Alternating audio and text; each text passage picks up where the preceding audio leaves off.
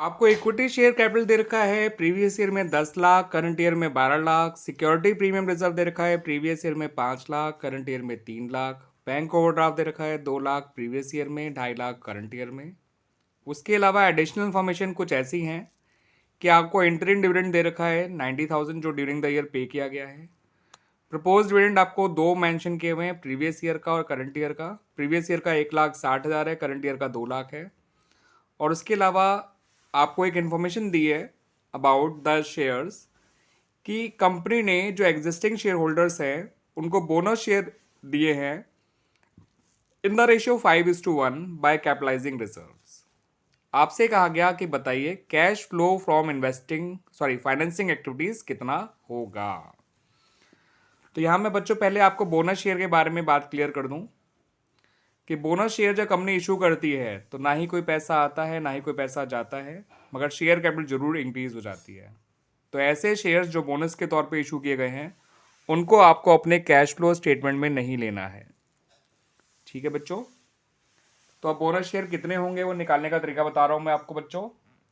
1 ऊपर रखिए, 5 नीचे। जितने शेयर मिले वो ऊपर, उनका रेशियो जितने शेयर थे उनका रेशियो नीचे, इंटू जितने शेयर पहले थे, वो है 10 लाख।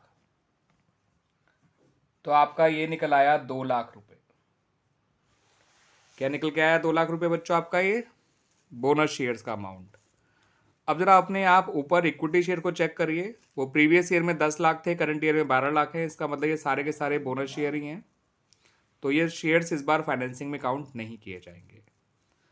और सिक्योरिटी प्रीमियम को आप देखेंगे तो 5 लाख से 3 लाख हो रहा है, यानी ये पूरा 2 लाख कम हो रहा है, ये पूरा 2 लाख बढ़ रहा है। तो ये सारा का सारा 2 लाख रुपए कैपिटल रिजर्व सिक्योरिटी प्रीमियम से ही शेयर कैपिटल में कन्वर्ट किया गया होगा।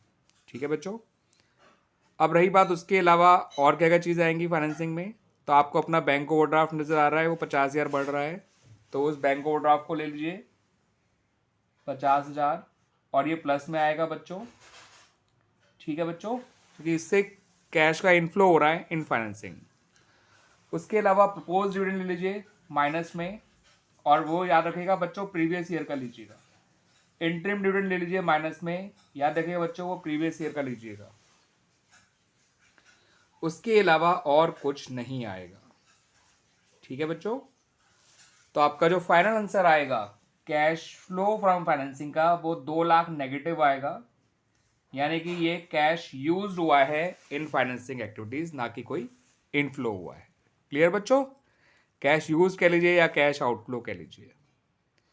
क्लियर बच्चों, यहां पर मैं एक छोटी चीज और बता दूं बच्चों, ये क्वेश्चन नंबर 34 है ऑफ द CBSE सैम्पल पर 2023 release by the CBSE board for board examination 2023। इसमें एक छोटा सा पॉइंट और है, मैं इसको और समझा देता हूं ताकि आपको ये क्वेश्चन पूरा कंप्लीट हो जाए। यहां पर बच्चों आपको कैश इन हैंड दे रखा है और इन्वेस्टमेंट इन मार्केटेबल सिक्योरिटीज दे रखा है। इनके प्रीवियस ईयर बैलेंसेस हैं, कैश का है 3 लाख और उसका है 1,50,000, सॉरी 1 लाख है। और इनके क्लोजिंग बैलेंसेस हैं, कैश का है क्लोजिंग बैलेंसेस 2 लाख और इन्वेस्टमेंट इन मार्केटेबल सिक्योरिटीज का क्लोजिंग बैलेंस है 1,50,000। और आपसे मांगा गया है कि बताइए closing cash and cash equivalent कितना होगा। तो मैं बता दूं बच्चों, जो ये इन्वेस्टमेंट इन मार्केटेबल सिक्योरिटीज होता है वो भी आपका कैश एंड कैश इक्विवेलेंट का ही पार्ट होता है, कैश इन हैंड के साथ साथ उसको भी काउंट करिएगा। और क्योंकि आपसे सिर्फ क्लोजिंग मांगा है, ओपनिंग नहीं, ओपनिंग मांगते तो हम ओपनिंग भी निकाल के बता देते। कैश का ओपनिंग 2 लाख था, मार्केटेबल सिक्योरिटीज का ओपनिंग 1 लाख है, तो 3 लाख आ था। और रही बात क्लोजिंग की, तो कैश का क्लोजिंग है आपका 2 लाख, और कैश का जो उसका ओपनिंग, उसका क्लोजिंग क्या कहते हैं, इन्वेस्टमेंट मार्केटेबल सिक्योरिटीज का क्लोजिंग है वो है 1,50,000। तो closing cash and cash equivalent 3,50,000 आ जाएगा। यहाँ मैं थोड़ा करेक्शन कर दूं ओपनिंग के बारे में।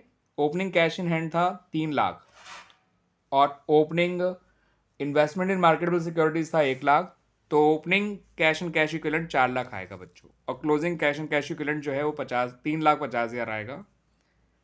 ठीक है बच्चों, तो बस ये इतनी छोटी चीज़ थी ये। और हमारा इस तरह से ये क्वेश्चन कंप्लीट हो गया और उम्मीद करता हूँ कि आपको cash flow from financing activities अच्छी तरह से समझ में आया होगा।